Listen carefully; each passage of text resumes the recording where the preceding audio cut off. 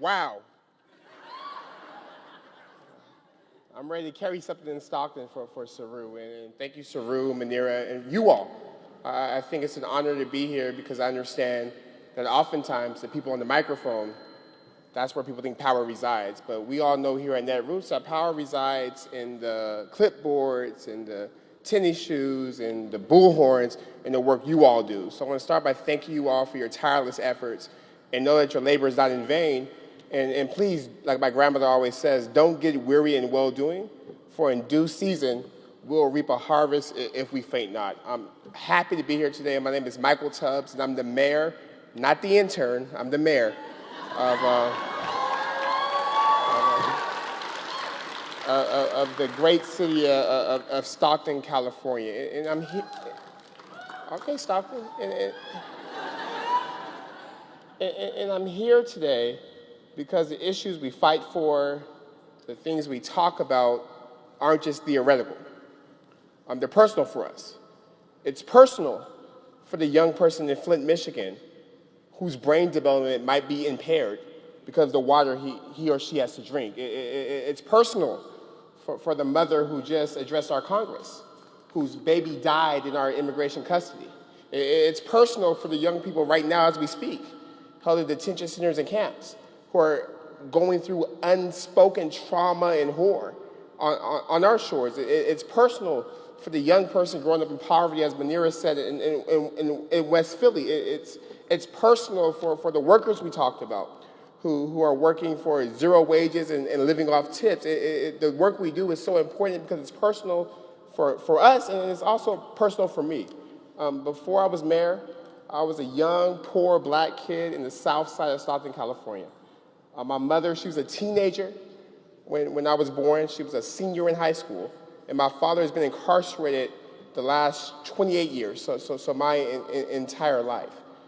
Growing up in Stockton, in neighborhoods with high poverty and low opportunity, neighborhoods that were high in everything bad and low in everything good, I believed in this myth of exceptionalism. I thought if I pulled myself up by my bootstraps, if I worked hard, if I studied, I would be okay. And I was lucky enough to get a full scholarship to Stanford. I was lucky enough to intern, but then when I was an intern in the White House, the other White House, I received a call from my mother that changed the trajectory of my path. My mother called me in November 2010, and she told me that my first cousin had been the victim of a homicide. He had been murdered in Stockton, California. And in that moment, I was faced with a choice. And the choice was one of whether apathy or action, whether to stay angry, stay upset, be nihilistic, or to do something about it. So in the midst of that pain of thinking of, well, maybe it's not enough for me to be successful.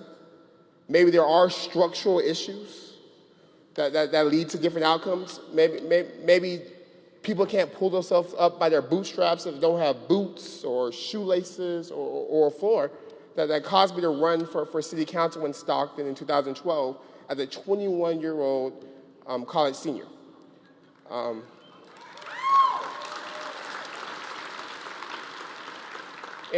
I was lucky enough to win. And then I won again in 2016 to run for mayor. And now we're really in Stockton figuring out what does a progressive vision for 2020 look like. And I think that conversation, particularly for us here at Netroots, is so important because if you see what I see, I think we have to first start by understanding that what we're seeing is nothing new. 2020 vision, a progressive vision for 2020 has to start with the fact that this is not the first time a white supremacist or a misogynist has been in the White House. A progressive vision for 2020 has to literally see and name that this is not the first time we have had racist immigration policies. A progressive vision for 2020 has to name and understand this is not the first time we've had massive wealth inequality. A progressive vision for 2020 has to name and understand what we're experiencing is not about a person. in the White House. It's about an ideology of white supremacy in the system. And it's going to take real policy work and a policy agenda and understand it's bigger than a person to get us to where we need to be. And forgive me, I'm 29 years old, and I really struggle with the fact that in 2019, we're still having conversations like sexual harassment is bad.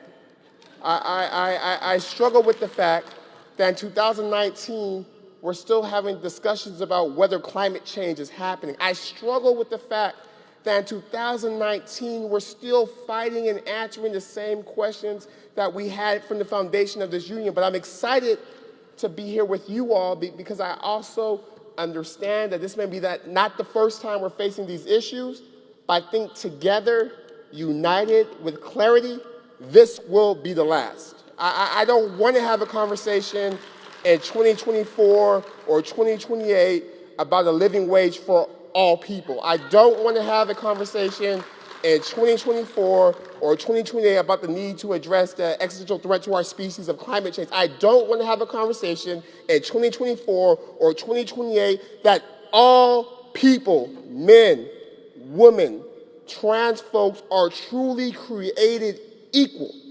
And our policies should reflect that. So in Stockton, what we're doing things like making sure that every single student who graduates from our largest school district is guaranteed access to higher education through a place-based scholarship for a 2-year school or trade school or a 4-year college. We're saying in Stockton that even the folks who are perpetrators of violent crime deserve the same attention from resources and opportunities and cognitive behavioral therapy as they get from cops. We're saying in Stockton that our 2020 vision is one that understands that folks need an economic floor, and that's why we're piloting a basic income.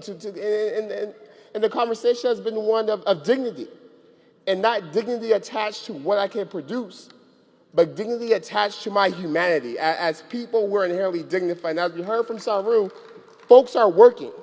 The issues aren't that folks don't have jobs. The issues that folks aren't making wages to keep up with rent. I have conversations every single day with folks who are working 2 or 3 jobs, driving your Ubers, delivering your food through Uber Eats, who still can't pay bills. And I think a progressive vision for 2020 has to say enough is enough. I think Fannie Lou Hamer said, I'm sick and tired of being sick and tired. And we're not talking about anything radical. We're not talking about anything crazy. We're talking about what we all deserve as human beings. And I think Netroots Nation, we have to literally put our stake in the ground and say we're happy to have this fight in 2020, but we're not fighting for dignity for all people afterward. That's a given. We're happy to have this fight in this election, but after this election, white supremacy in this country is done. We're happy to have this fight in 2020, but thereafter, we have to hold these truths to really be self-evident, and as Dr. King said, have America be true to what it said on paper. So as I close, there was an activist I had the pleasure of meeting 10 years ago. His name was Bob Singleton. He was a freedom rider, and we were reenacting the freedom rides. And he looked at me when we were in Anniston, Alabama, and he said, Michael, I was arrested on August 4th, 1961. Why is that day important? And I said, well, sir, you were arrested. If you weren't arrested, I wouldn't be on this bus. I wouldn't have the privileges I had. And he said, on that day, Barack Hussein Obama was born. And then he said he had no idea, as an activist, as an organizer, that the choice he made on that day would pave the way so a child born 50 years later will have the chance to be president. And then he looked at me and he said, what are you prepared to do today so that 50 years later, a child is born with more opportunity? And Netroots Nation, that is the question before us today, tomorrow, and in 2020. It's easy to be angry. It's easy to be upset. It's easy to blame everything on a person or a figure. But I think the question before us today is, what are we prepared to do with our works, with our policies, with our votes, so that a child born today 50 years later aren't fighting the same fights we're fighting? What are we prepared to do today so a child born today can look back at us with pride and honor and say they stood for something and they fought? What are we prepared to do today so that 50 years later, a child is born in a country that's not still arguing about whether we should have affordable housing? So a child is born in a country that's not still arguing about whether everybody, meaning people who look like me, people who don't, have inherent dignity and equality. What are we prepared to do today so that 50 years later, a child born today in poverty in West Philly or in poverty in Stockton or drinking the water in Flint has a chance to be president? If we answer that question the way I know we will, with works and not words, then the conversation we have, not in 2020, but in 2024 and 2028, will be radically different. So as I prepare to close, I say this. I say thank you for not what you've done, but what we will do. And I'll also say that again, in 2020, it's our chance to put a stake in the ground. It's our chance to say, you know what, we're happy to fight these fights because they're worthy fights, but it's our chance to say it's not the first time this has happened in our country, but it will be the last. It's our chance to say that we're happy to organize and mobilize and fight, but we understand the meaning of neighbors transcends economic anxiety and xenophobia, and that we don't want to be facing the same fights in 2024 and 2028. Thank you.